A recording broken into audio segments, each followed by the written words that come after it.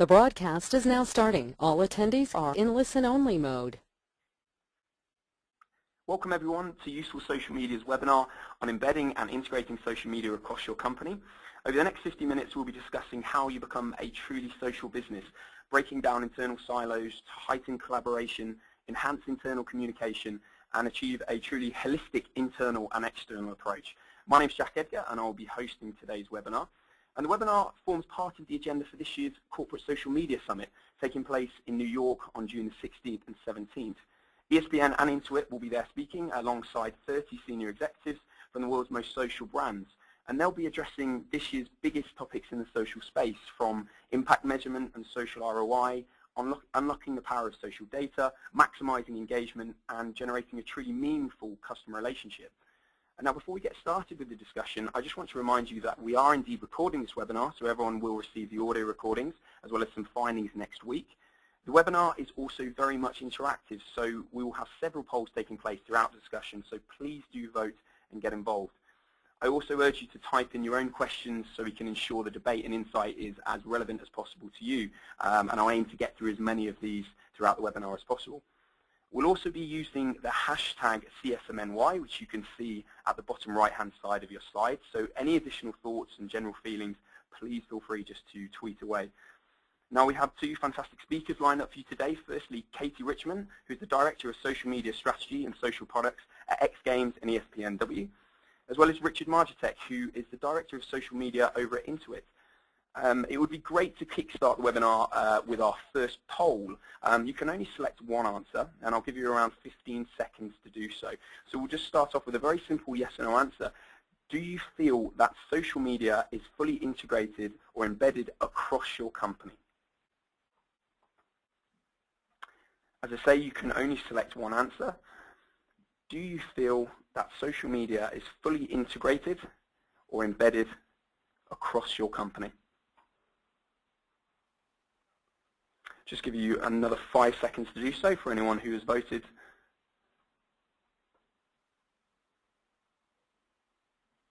Fantastic. Thank you very much for those who got involved on that. So as you can see, quite resoundingly, we have around 85% saying no. In fact, you feel that social media is not fully integrated across your company.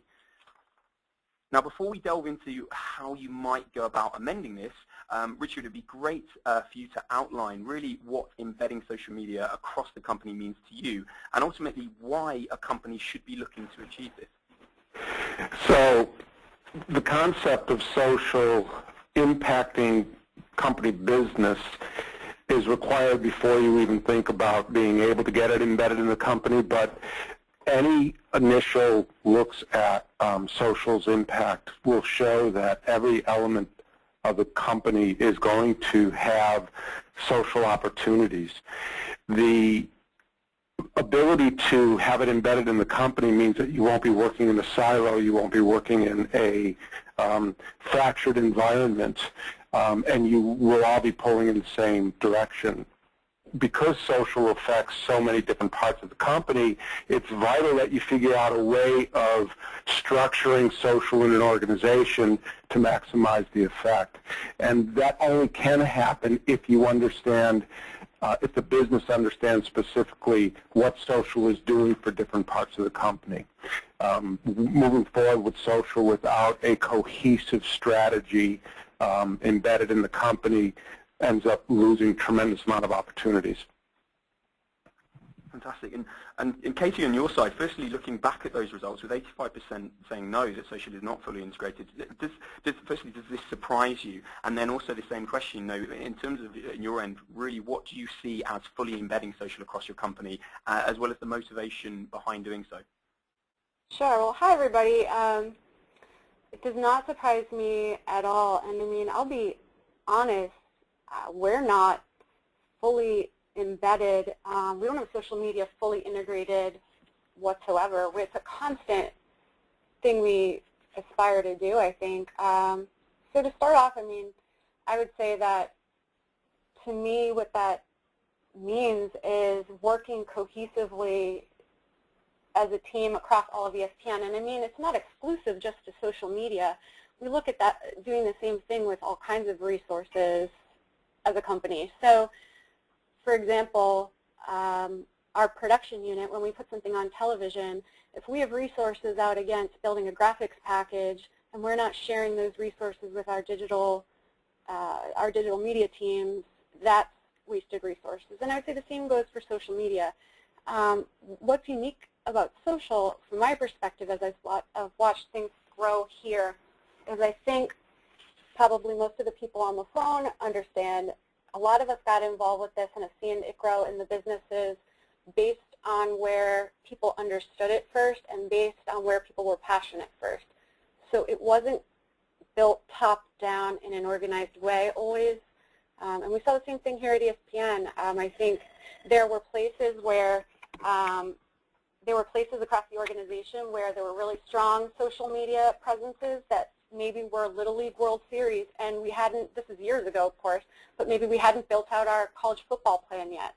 So de-siloing we've come so far, but we have a long way to go, and I don't know that necessarily with this many people in an organization you're ever going to get 100% there. Most definitely. I think, as you mentioned, it is a journey which ultimately people are at different stages at, but whether there is a perfect end goal or perfect end point, if that is achievable, we're not sure. But really, and going back to you, Katie, if you could kind of highlight or explain perhaps the biggest challenge when trying to embed social media across other business functions, what really the kind of maybe first stumbling block or first major challenge was, what might that be?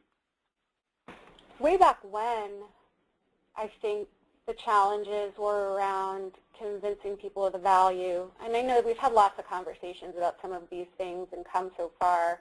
I think now it's more interesting. I think now the issues that we have are around, we have so many advocates and so many people across the company working in social media that the speed at which we work in these platforms makes it really difficult to get everybody on the same page. So with sports being live and in real time, and it's one thing after another, it becomes very difficult to get out ahead of things in a way that you can create an organized and top-down strategy across an entire organization.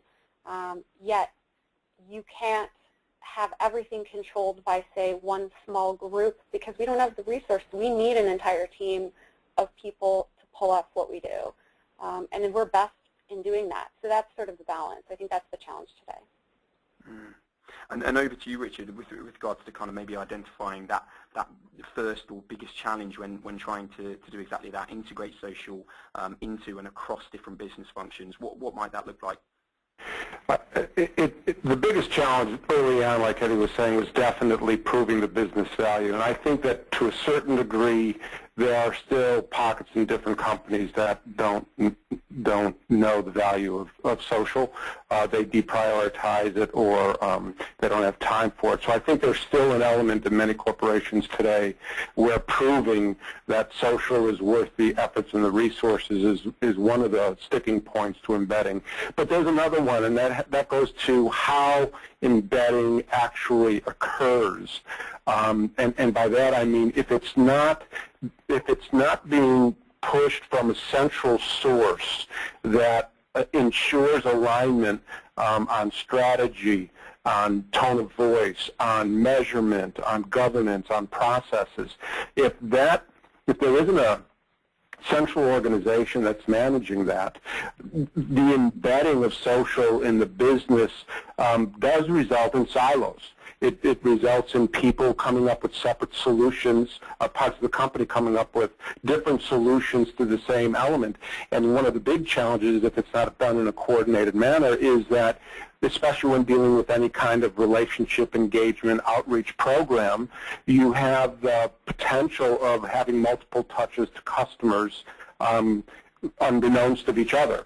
So, for instance, if you've got a care program and you've got an advocacy program and they're not talking to each other, someone in care may be reaching out to an advocate while someone who is running the advocacy program is doing the same thing and they're unaware of the overlap. So how things get embedded is still a major challenge. Mm. And really, as you say, there is no end journey, but bearing in mind those challenges, really, Richard, what would you recommend as the kind of best first step one could take when trying to take social media beyond just a single department, for example, beyond just the marketing department? The first step is proving business impact. It really is. The concept of social and marketing goes hand in hand simply because it's customer-facing. Generally speaking, it's customer-facing endeavor. However, the data that social generates proves that it's impacting other parts of the company.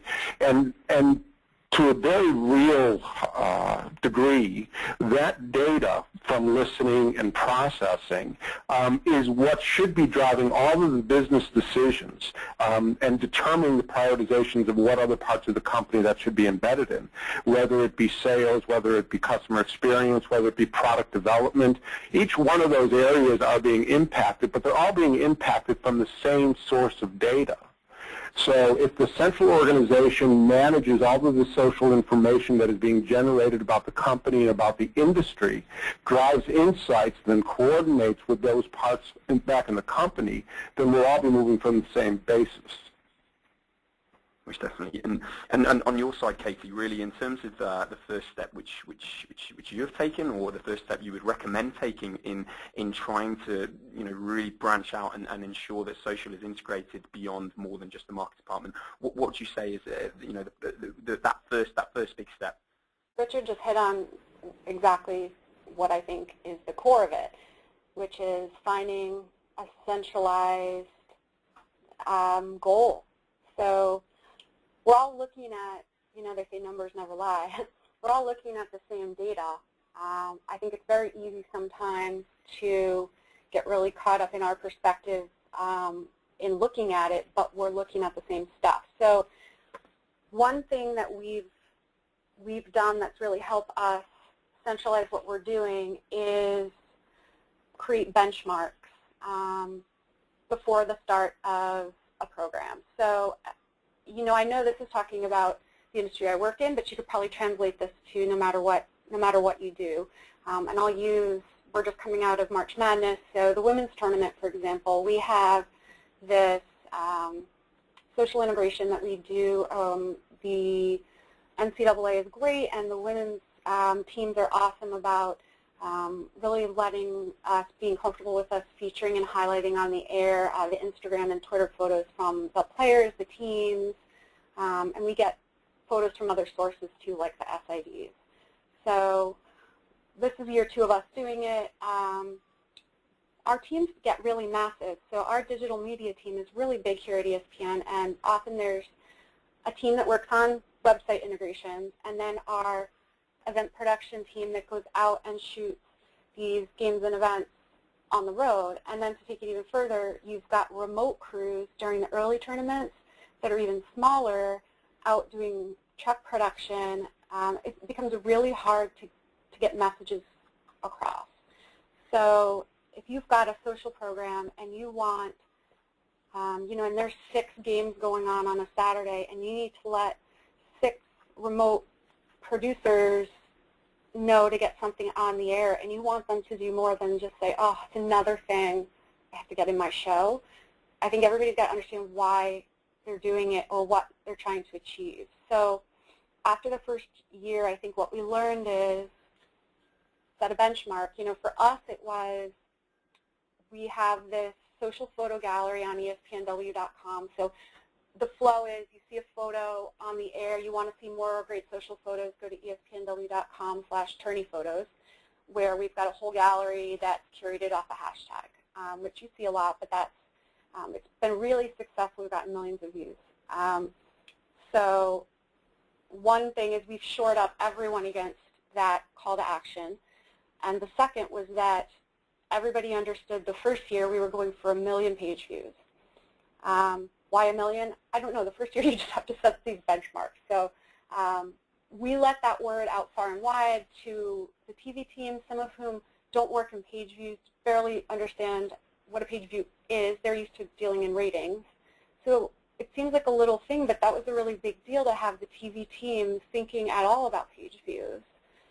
our teams were working against page views. We had the programming department asking us how we were doing. It got around, and ESPN's very competitive, and we crushed that goal. You know, we ended the year at 1.6 million page views on that. So this was year 2 of us doing the same thing. And if I'm not asked 5 times a day how the page views are doing, it's really amazing. So if you take that concept and translate it to whatever your field is, you know, what is a benchmark? It doesn't have to be on the digital side. You know, it could have as easily been a ratings goal or a financial goal. But I think that is really key. Most definitely, and really, you know, what we'd like to move to now is our second poll, and you know, we've discussed those kind of first major steps of trying, you know, what the kind of challenges are and where to go in terms of taking social beyond the marketing department. But it'd be interesting to see from our audience really where social media currently sits within your organisation. So as I say, we have our second poll, and if you could get voting now, that'd be fantastic. So where does social media currently sit within your organization? So there are 5 options. Does it sit within a distinct social media department? Does it sit within the marketing department? Does it sit, in actual fact, within the customer service department, perhaps the communications department, or indeed another department? So if we have about 5 seconds or so just left on that. Fantastic. Thanks again for everyone getting involved. And also, we've got a number of questions coming through, which I'll be getting around to and incorporating, which is fantastic. If anyone else has any more questions, please do shoot them across either through Twitter or through the question box involved in the webinar in the webinar software. That's fantastic. And as we can see from those answers, we have the majority saying that it currently sits within the marketing department, with few saying, in fact, customer service, and then an equal amount really on the communications and again a distinct social media department. And really, this kind of leads on to a nice question, Katie, about perhaps, you know, which other business functions are, would you say, particularly ripe for adopting social media? So maybe other, you know, it's interesting. Sorry, they're jackhammering in my office right now, of course. But no, it's interesting. I would have answered this question other too, because we have social media throughout this company, and it's really been that way since the beginning. So obviously, you know, marketing takes a big lead there, but our content teams do as well. I mean, I've got Stacey Williamson from our Human Resources Department that does a huge lift with recruiting, and that's really big. Customer service is obviously big. So what is right for social media? I mean, I would say we're all looking at the monetization side. So to me, that's the next phase of all of this. I think the marketing is there. I think the first phase was very much about this sort of ephemeral, you know, brand reach, and I think we got a little bit more real about measuring. I'm very, very real about measuring now, and I want to understand the value of everything we're doing, or we just can't justify doing it these days. So for me, right for adopting social media, it is measurement. I would say, you know, quantification analytics, and then translating that for businesses so people can look at the value. Fantastic. And over on your side, Richard, really, in terms of other business functions which you feel, you know, would be was vital that they adopt and integrate social media, I'd love to hear your thoughts on that. Well, that's the interesting thing. If you're talking about embedding it within the company, social media should literally be in every part of the company. So both at Dell and Intuit, for instance, HR has a very strong presence in social media. It's a relationship function in order to get people to be considered for working for a company. So HR should definitely have it. Customer care and customer experience, that's a no-brainer. Customer care has got to have social functions, because in any company that is part of any industry, both the industry and the conversations are going to be happening in social. So that's very important. When you talk about sales, sales is very important to have social, especially when you're talking about leveraging social conversations to convince people who are in the consideration phase. Plus listening for leads, outreach targeting, and especially in relationship marketing. In relationship marketing for B2B customers, sales needs to know how to integrate into social to be where their customers are. So it really does need to be embedded throughout the organization to take advantage of the full opportunity that social represents. PR is another one. Product development is another one. All of these things should be listening to the social data. Now, some of these are more likely to be actually engaged externally in social than they are just processing the information. But social should be part of the DNA of a company. Most definitely, and moving off that, Richard, in terms of talking about this cross-functional communication and coordination and collaboration, really, we've had a fantastic question from Trace Ronning, who asked, how do you handle the issue of split responsibility for social media, perhaps when the two teams have different ideas of the purpose and goal? And that is exactly why there needs to be a central organization that defines specifically the role of social media for the company. That strategy for the company should be company-wide. Now, in the execution mode and the engagement mode, in that element, you have shifts based upon, obviously, product development is going to have a different take on how to manage social media than PR, but the strategy for the company should be cohesive. And that's one of the reasons why having a central agency, a central part of the organization who is responsible for solving those specific issues based upon the facts of the data, as well as the business requirements and the understanding of the customer, that should be what gets embedded. We're talking here about embedding social in the company, but we're not talking what is being embedded in the corporation. And to me, the strategy, the processes, the governance, the insights, those are the things that should be being embedded, and that's what puts everybody on the same page. And on your side, Kate, I mean, you alluded to it earlier with your examples, but really, how do you go about enhancing this cross-functional, I suppose, communication as well as coordination to ensure exactly what Richard said, ensuring that, to use that phrase, everyone's singing off the same hymn sheet? Yeah, I mean, I think, I don't know, I look at it a little bit differently.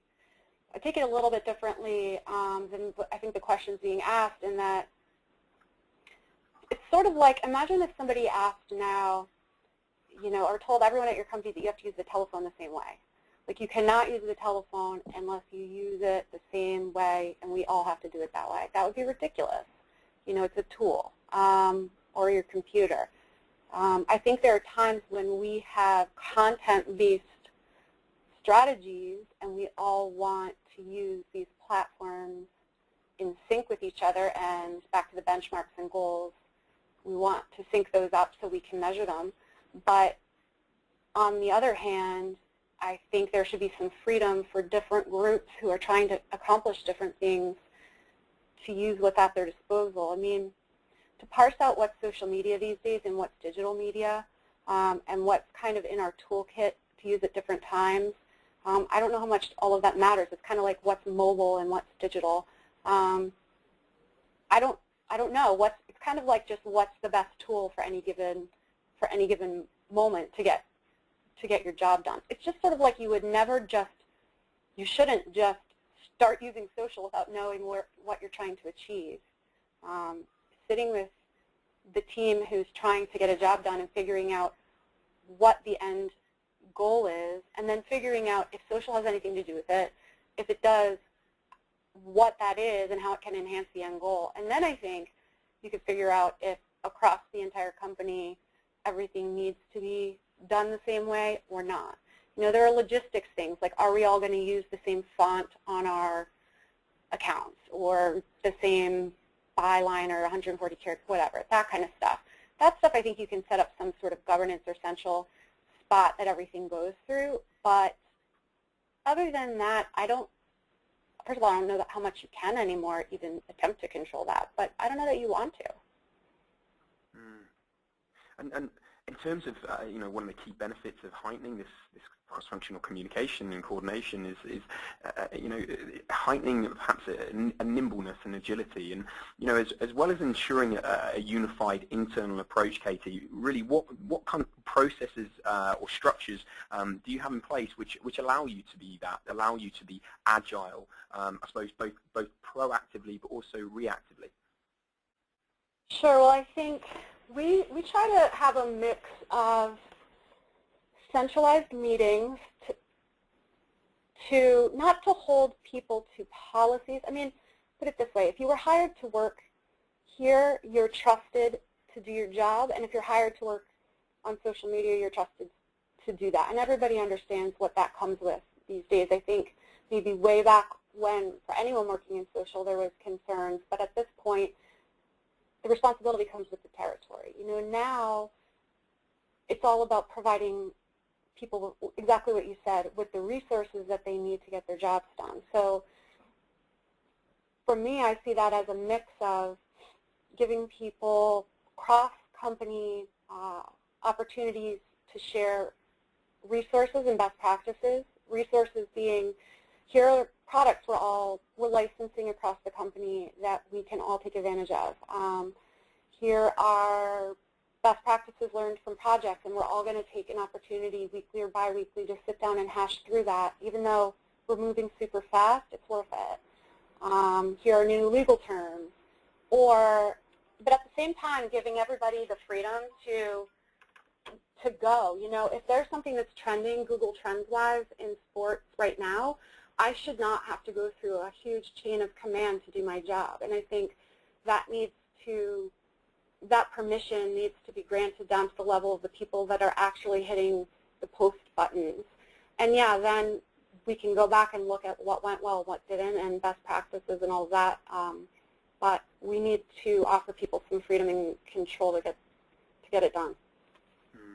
Most definitely. And Richard, on your side, really, do you have any structures or processes in place which allow you, again, not only to have that unified internal approach, but also to ensure that you are, you're agile, you're nimble in the way you're reacting to what you're seeing, but also, I suppose, proactively in terms of your setting strategy and decision making. Yeah, so I can talk about how we did it at Dell and just clarify a little bit of the concept of control social. That is obviously not what I meant when the central organization needs to manage the social engagement element and social strategy. What I'm referring there is specifically the same thing as along a brand strategy. Parts of the company can't decide whether or not they're going to follow brand guidelines, but in the execution mode and how they leverage those brand guidelines, the tone of voice, and the rest would be different based upon each individual campaign and each individual business objectives. But to get to what you're saying, is the way that we did it at Dell is we created the central organization, then we created a training program, and the training program was specifically to make sure that everybody was on the same page when we talked about how to use social for the business. In other words, it was things like we should always be looking for value with the customer. We should always be looking for adding value to the conversation. It should be customer first. We should be listening to understand what they're saying. Those kind of things are part of the training process, as well as understanding the process of getting new accounts and measuring and how to get new technology available for them. And then what we did is, in the way that we embedded in the company, by the time I left Dell, we had more than 10,000 people who went through 8 hours of social training, so they fully understood it. We trusted them because we knew that they understood social well enough to be free to do whatever they wanted to do. And before we did that, before we did the training and the embedding at Dell, we were having people who were using social for spam reasons. We were having sales teams who were going out there and actually having their account being shut down by Twitter because they were engaging in inappropriate behavior. Not to mention that there was no processes for the company, which meant that people were launching pages and then not maintaining them, or launching them without the appropriate brand guidelines. So having a centralized organization that trains the company on how to use social enables Dell to trust the employees to engage on social on behalf of their business.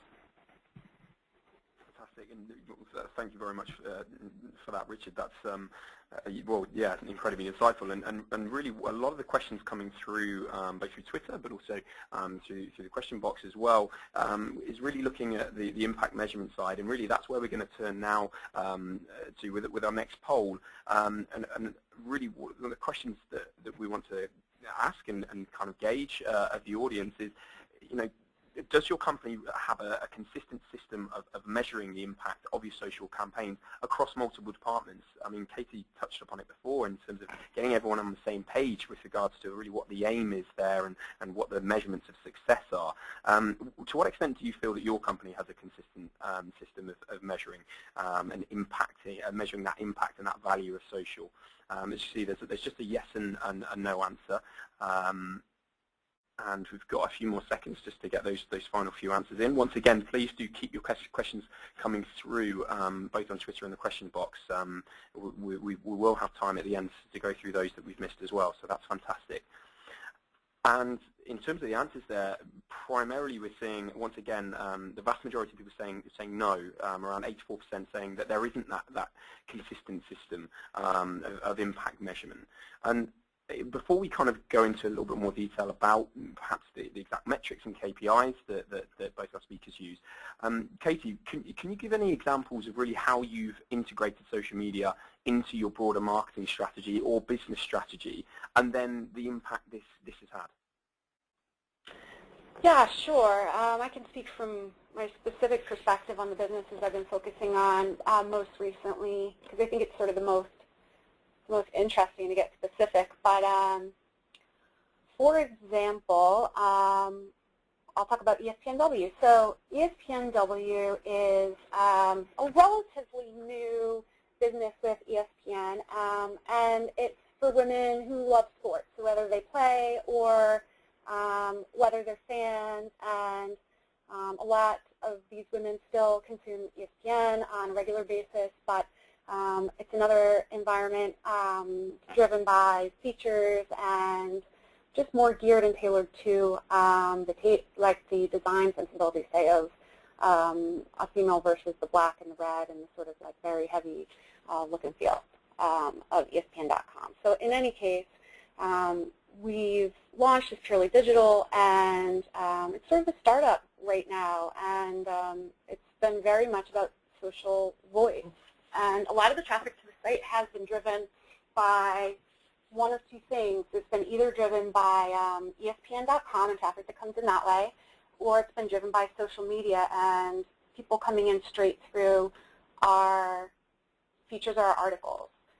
And the traffic that comes in straight through ESPN.com, as you can imagine, is heavily male. And the traffic that comes in through social media is very female. So I get very geeky about the numbers. We have a goal as a business this year to get the demographic, to make it as female as possible, get lots of women aware of the site and excited about the site. And so extended out of there, how do we make that the job of social as well? And so I just give that case study as an example. How do you extend social off of your existing business goals? What are you already trying to do? What is your business trying to accomplish? And then how does social play into that? And I mean, honestly, looking at it, does social play into that? In that specific case, if it's not, it doesn't have to play into every single business goal that you have. If you participate in a B2B business, you might be better served in other ways, or there might be better platforms or better ways to participate in conversation, or email newsletter might be better. So I think it makes you ask a lot of honest conversations when you look at specifically your business goals and how you are reaching people in real time, I would say, or digitally. Fantastic.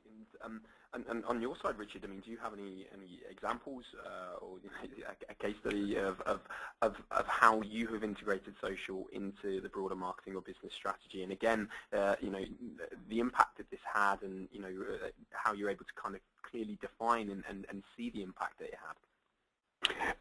Yeah, sure. At Intuit, we had a marketing campaign called Small Business Big Game, where for the first time ever, we were giving a small business Super Bowl advertisement.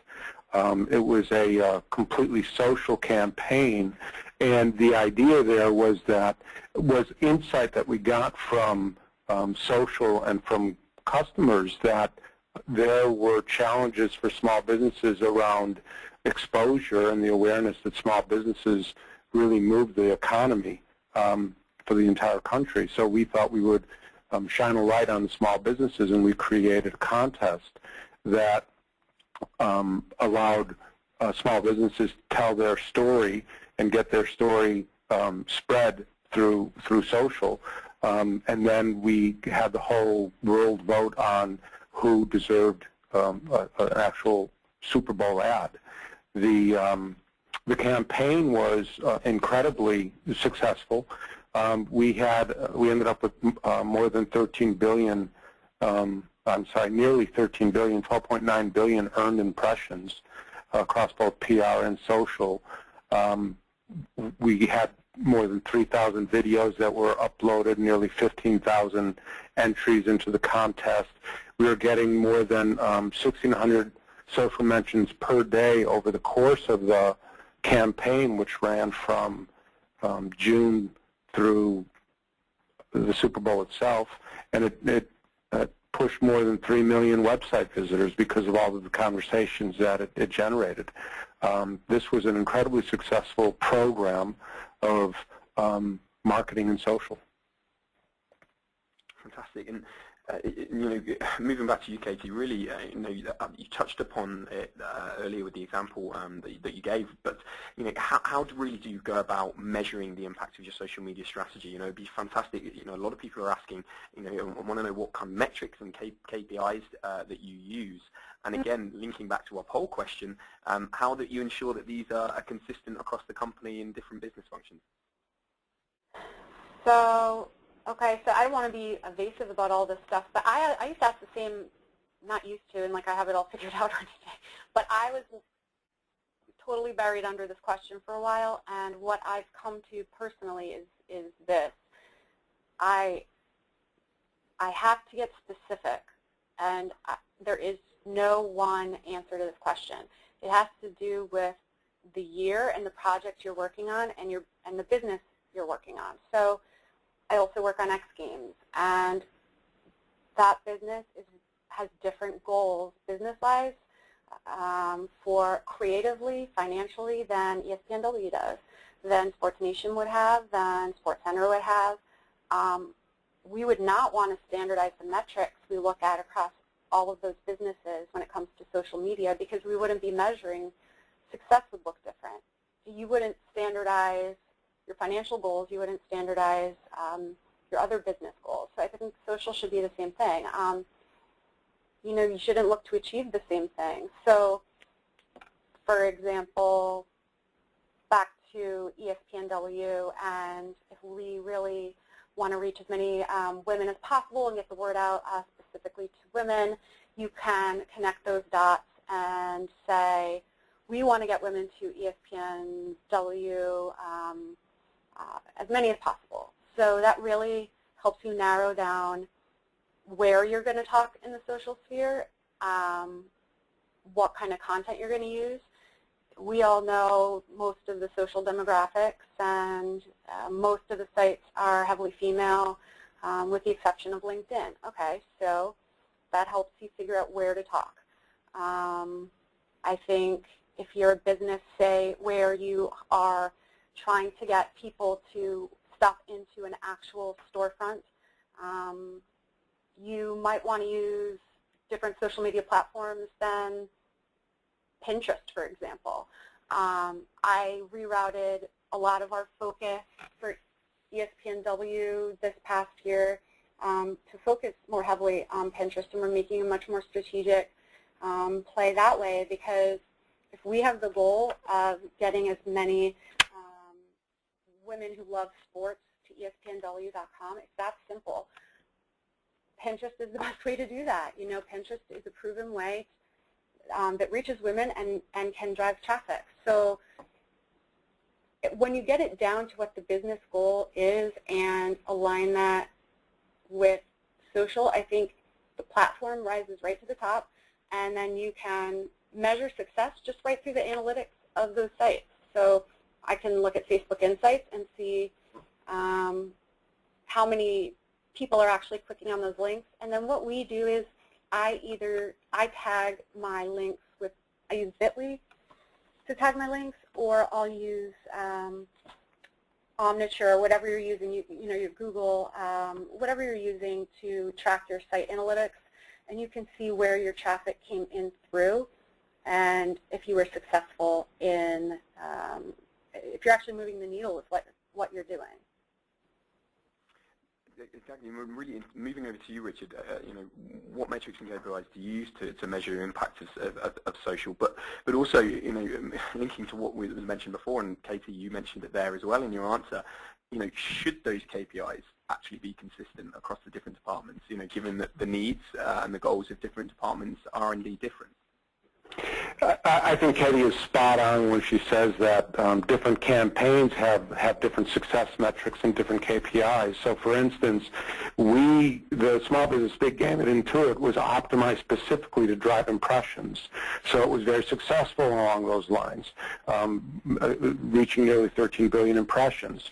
However, a different campaign, for instance, at Dell, we did a campaign with subject matter experts where we trained subject matter experts to optimize their social presence, and the key factor that we were looking at there was search results, organic search results based upon keywords that we were populating in the content that they were doing. So pushing those keywords into the first page of search results was the primary goal, and that's what we were measured against. So on the campaign level, KPIs need to be pertinent to exactly what the business objectives are. No different than anything else.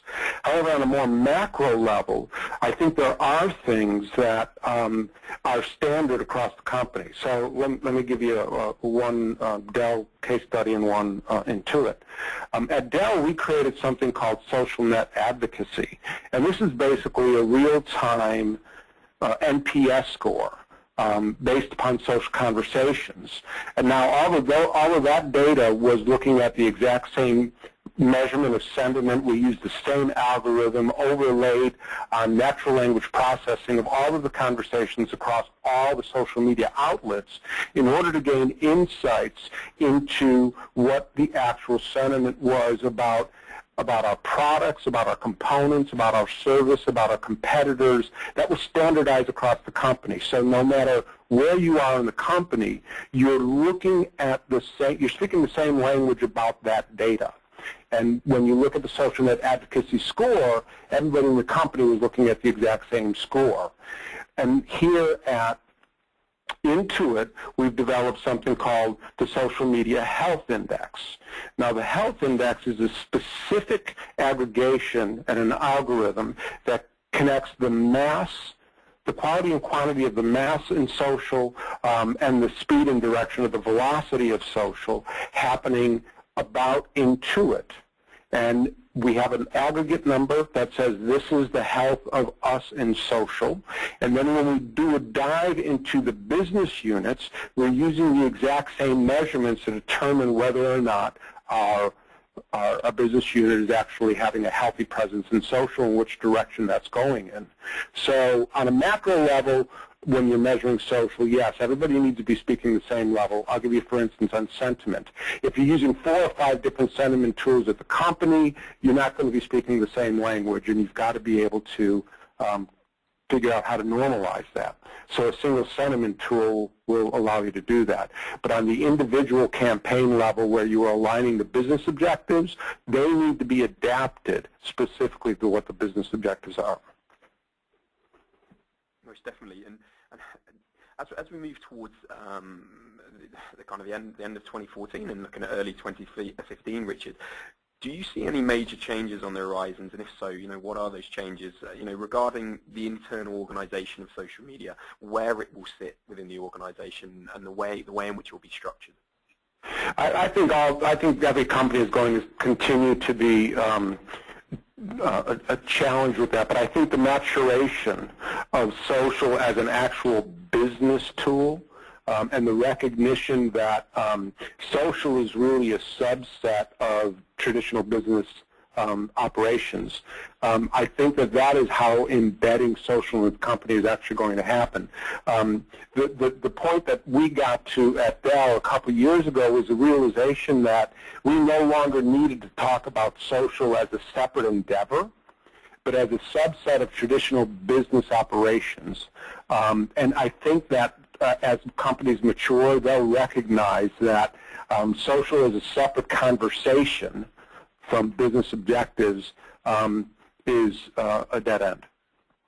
Most definitely, and it comes down to one of the first things that you mentioned, Richard. It becomes de-siloed, and as you say, it becomes part of the wider conversation. And on your side, Katie, really, do you see any key changes as we look towards 2015, regarding that internal organization of social media? I think, not to be depressing, but I think that we're on the edge of a little bit of a bubble of value of social media, meaning that, exactly what we've been talking about here, anything that doesn't tie back to business value. And that doesn't mean things can't be fun. It just means that they cannot be without proving some kind of value back to the business. Is just not going to be there. So I'm also in agreement that there's going to be some need for centralization of resources, right? So we're all going to need to know what the rules are and what we can and can't do and what the meetings are and all of that kind of stuff. But more and more people are going to be able to use the tools themselves. I don't know that the titles that include social media are going to go away. I think they're going to be interspersed throughout different departments across our company. So I cannot picture working in these businesses without director of social media, because I don't know who's keeping up all these feeds then. I really don't. But I also can't picture shoring them all up into one big group. That would take them too far away from the businesses that they're working on. If anything, I think they're going to get closer to the bottom line and closer to the business goals. Mm.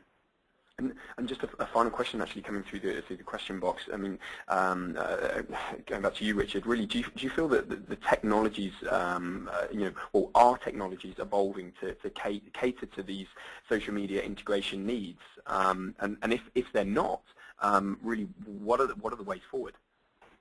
There's no question that technology is rapidly evolving, although not as rapidly as I expected, nor as I'd like to see.